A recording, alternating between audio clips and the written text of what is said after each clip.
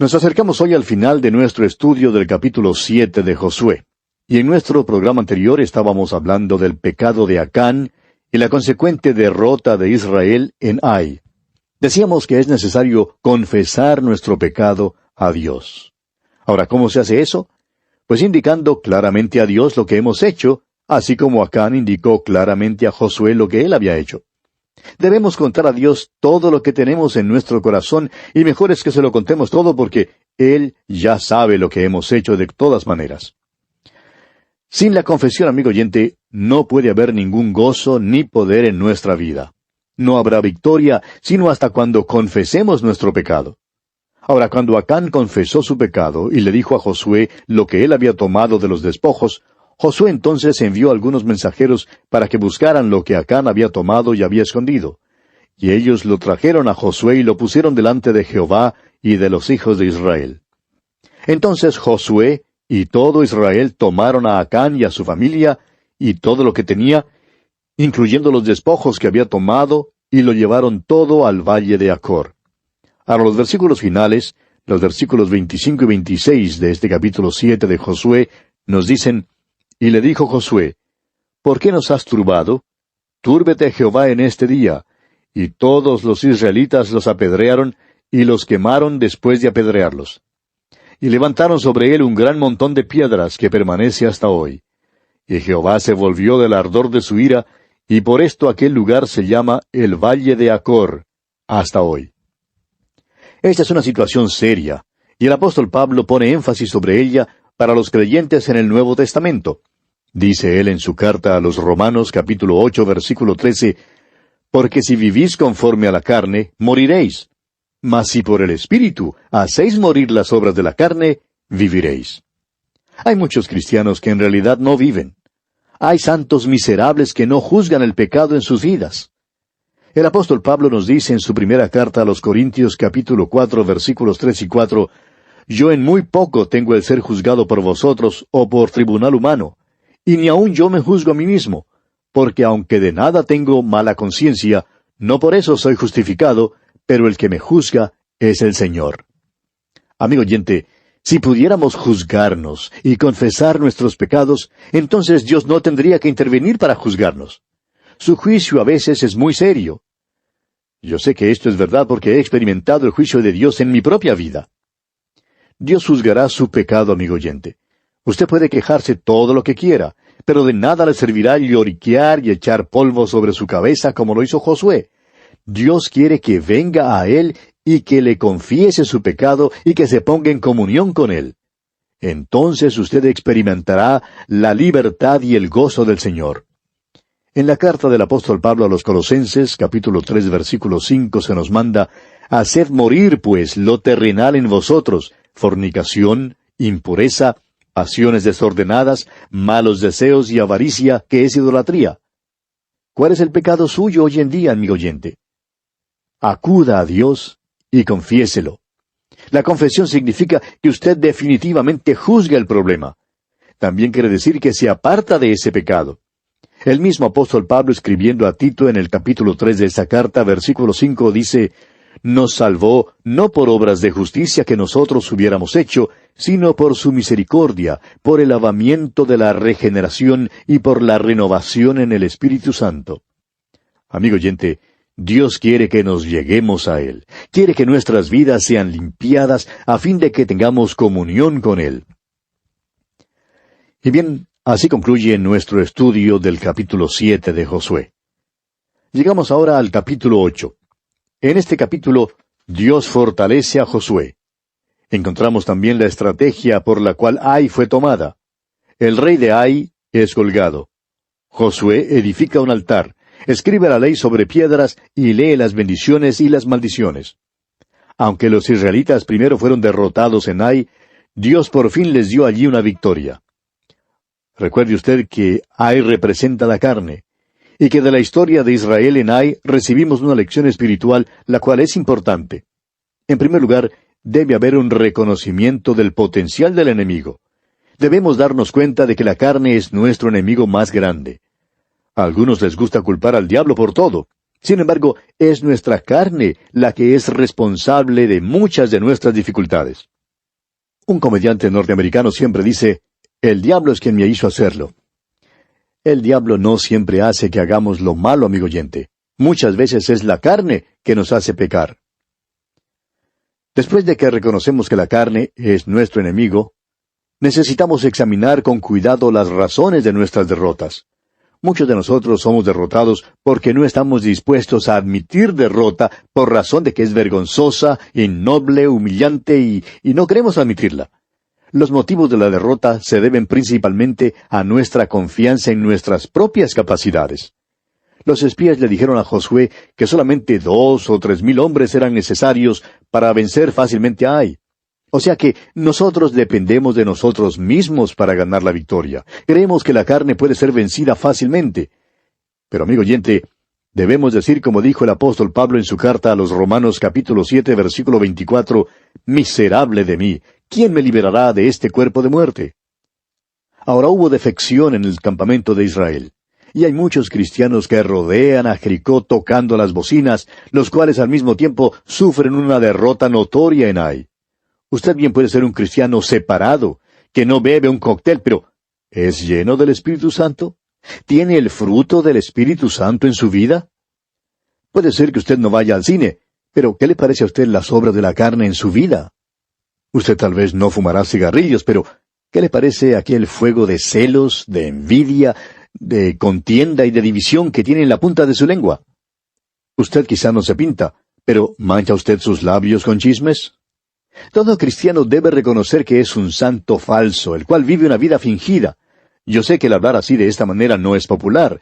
La profecía sí es popular, y también el hablar de cuán buenos somos. Esto nos gusta mucho, pero amigo oyente, necesitamos enfrentar los hechos.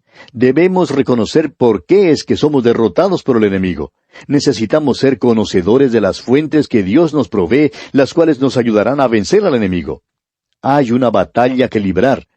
El apóstol Pablo dice en su carta a los Gálatas capítulo 5 versículo 17, «Porque el deseo de la carne es contra el espíritu, y el del espíritu es contra la carne, y estos se oponen entre sí, para que no hagáis lo que quisierais». La única manera, amigo oyente, en que podemos vencer al enemigo es mediante el Espíritu de Dios. Cristo murió una muerte de juicio que fue contra nuestra naturaleza pecaminosa. Y como dice el apóstol Pablo en Gálatas 5:24, «Pero los que son de Cristo han crucificado la carne con sus pasiones y deseos». Cristo murió hace 2000 años, pero su muerte es la base por la cual podemos derrotar la carne. Solo se puede lograr mediante el poder del Espíritu Santo. Comencemos, pues, nuestro estudio leyendo los primeros 2 versículos de este capítulo 8 de Josué. Jehová dijo a Josué, «No temas ni desmayes. Toma contigo toda la gente de guerra, y levántate y sube a Ai. Mira, yo he entregado en tu mano al rey de Ai, a su pueblo, a su ciudad y a su tierra. Y harás a Ai y a su rey, como hiciste a Jericó y a su rey. Solo que sus despojos y sus bestias tomaréis para vosotros. Pondrás, pues, emboscadas a la ciudad detrás de ella». El pecado de Israel había sido juzgado por la muerte de Acán. Hecho esto, el Señor restauró su favor, y estaba listo ahora para guiar a Josué y a los israelitas a una victoria sobre Ai. Dios dio instrucciones claras y precisas cuando los israelitas atacaron a Jericó para que no tomaran ningún despojo. El motivo era que los habitantes de Jericó estaban infectados por enfermedades venéreas. La primera vez en Ai, Dios les dio a los israelitas instrucciones de no tomar el manto babilónico, ni plata, ni oro. Debían dejar todo eso. Josué no sabía mucho en cuanto a los microbios, pero Dios sí sabía. La segunda vez que Israel salió contra Ai, Dios dio unas instrucciones, unas órdenes un poco diferentes, y esta vez Israel obtuvo la victoria.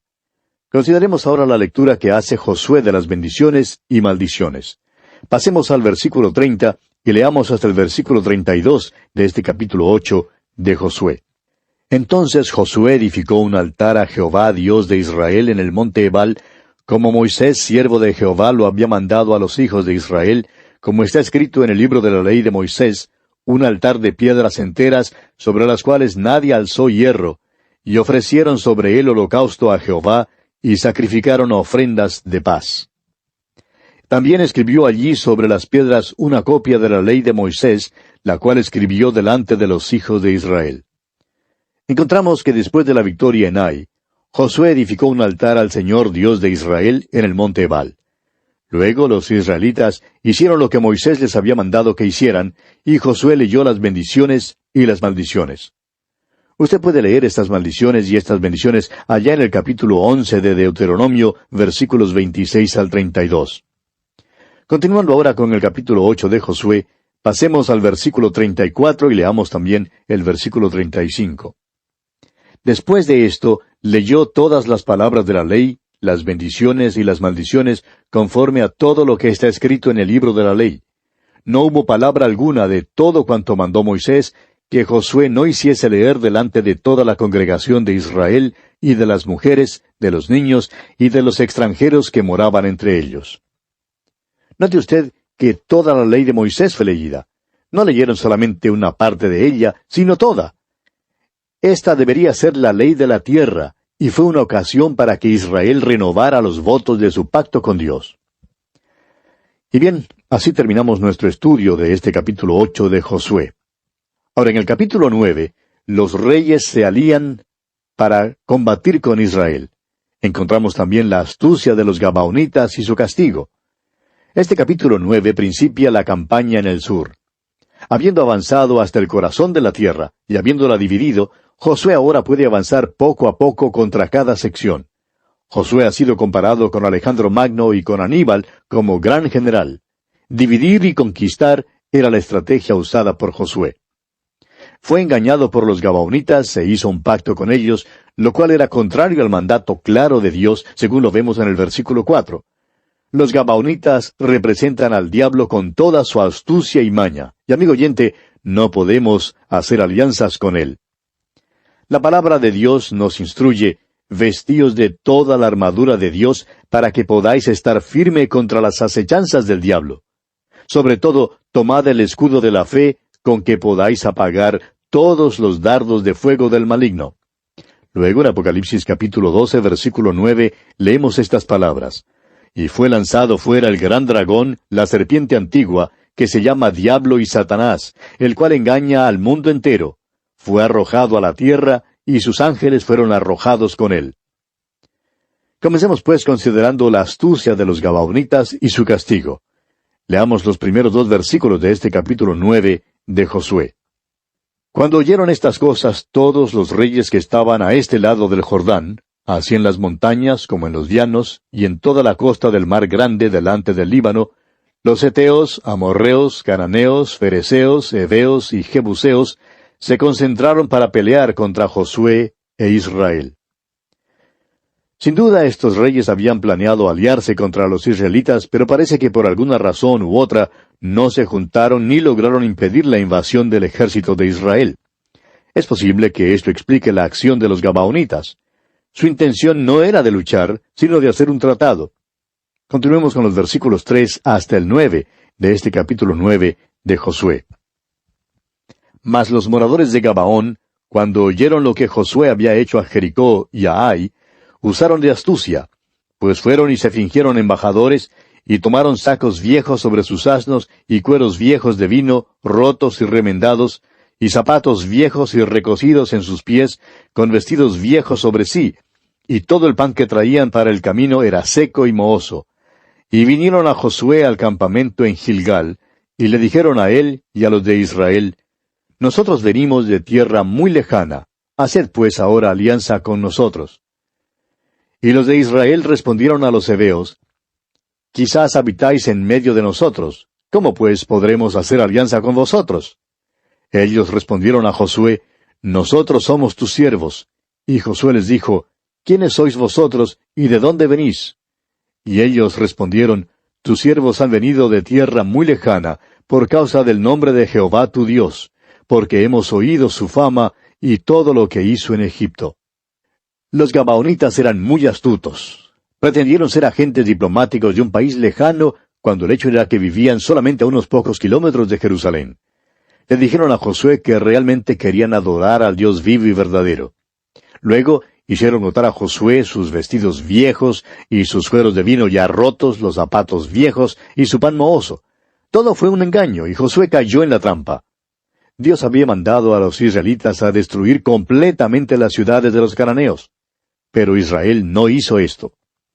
Dios también había mandado a los israelitas que no hicieran ningún tratado con los moradores de la tierra. Y así, por desobediencia, Josué firmó la paz con los gabaonitas e hizo un tratado con ellos. Ni Josué ni los israelitas buscaron la voluntad de Dios antes de entrar en esa alianza. Como usted recordará, Jericó representa el mundo y es vencido mediante la fe. Ai representa la carne y es vencida reconociendo su debilidad, confesando su pecado a Dios y permitiendo que el Espíritu Santo de Dios obtenga la victoria. Ahora los gabaonitas representan al diablo. El apóstol Pablo en su carta a los Efesios capítulo 6 versículos 11 y 12 nos dice cómo vencer al diablo. Dice allí, «Vestíos de toda la armadura de Dios, para que podáis estar firmes contra las acechanzas del diablo. Porque no tenemos lucha contra sangre y carne, sino contra principados, contra potestades, contra los gobernadores de las tinieblas de este siglo, contra huestes espirituales de maldad en las regiones celestes». Nuestra lucha, amigo oyente, no es contra sangre y carne, sino contra el mismo Satanás. Muchos cristianos no le reconocen. ¿Qué es lo que hace él? Pues trata de engañarle para que le siga a él. No estamos seguros de que él tenga interés en hacerle a usted un borracho o un morfinómano. Creemos que hasta le da pena a ese grupo que le pertenece a él, y que se encuentra allá en las cantinas y en los lugares pecaminosos del mundo. Satanás asistió a la iglesia el domingo pasado y asistirá el domingo que viene otra vez. Quiere ser religioso y quiere que usted, amigo oyente, se postre delante de él en adoración. Es muy astuto y engaña a muchos cristianos. El diablo lo puede engañar a uno como a un chino. El apóstol Pablo en su segunda carta a los Corintios capítulo 2 versículo 11 dice, «Para que Satanás no gane ventaja alguna sobre nosotros, pues no ignoramos sus maquinaciones». Y el apóstol Santiago, en el capítulo 4 de su carta universal, versículo 7 dice, «Someteos pues a Dios, resistid al diablo, y huirá de vosotros». La manera de resistir al diablo, amigo oyente, es sometiéndose a Dios. La razón por la cual los engañadores religiosos prosperan es porque el pueblo de Dios los apoya. El apóstol Santiago dice, «Resistid al diablo, y huirá de vosotros». Esto es lo que Josué y los israelitas debieron haber hecho.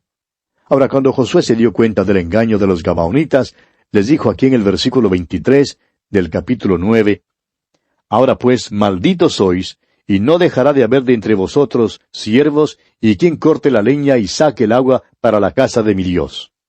Y pasando al versículo 27 del capítulo 9 de Josué, leemos, «Y Josué los destinó aquel día a ser leñadores y aguadores para la congregación y para el altar de Jehová, en el lugar que Jehová eligiese, lo que son hasta hoy». Y así concluye nuestro estudio del capítulo 9 de Josué. En nuestro próximo estudio, Dios mediante, comenzaremos a estudiar el capítulo 10, en el cual veremos que 5 reyes hacen la guerra contra Gabaón y Josué socorre a Gabaón. Dios lucha contra ellos con piedras de granizo y el sol y la luna se detienen ante la palabra de Josué. Los 5 reyes son colgados. 7 reyes más son conquistados y Josué regresa al campamento en Gilgal. El capítulo 10 nos habla de la conquista que hace Josué de 5 reyes de los amorreos al continuar su campaña en el sur. Termina la campaña en el sur con la destrucción de Masesa, Laquis, Limna, Eglón, Hebrón y Debir. El capítulo 10 contiene también el relato del día prolongado de Josué. Y hay todavía una pregunta que hacen tanto los escépticos como los santos con respecto a este día prolongado de Josué. Y esa pregunta es, ¿hizo Josué que el sol se detuviera? En nuestro próximo programa, amigo oyente, veremos algunas de las explicaciones que se han dado para el día prolongado de Josué. Le invitamos, pues, a sintonizarnos para estudiar este capítulo de sumo interés. Será, pues, hasta entonces que el Señor le bendiga abundantemente.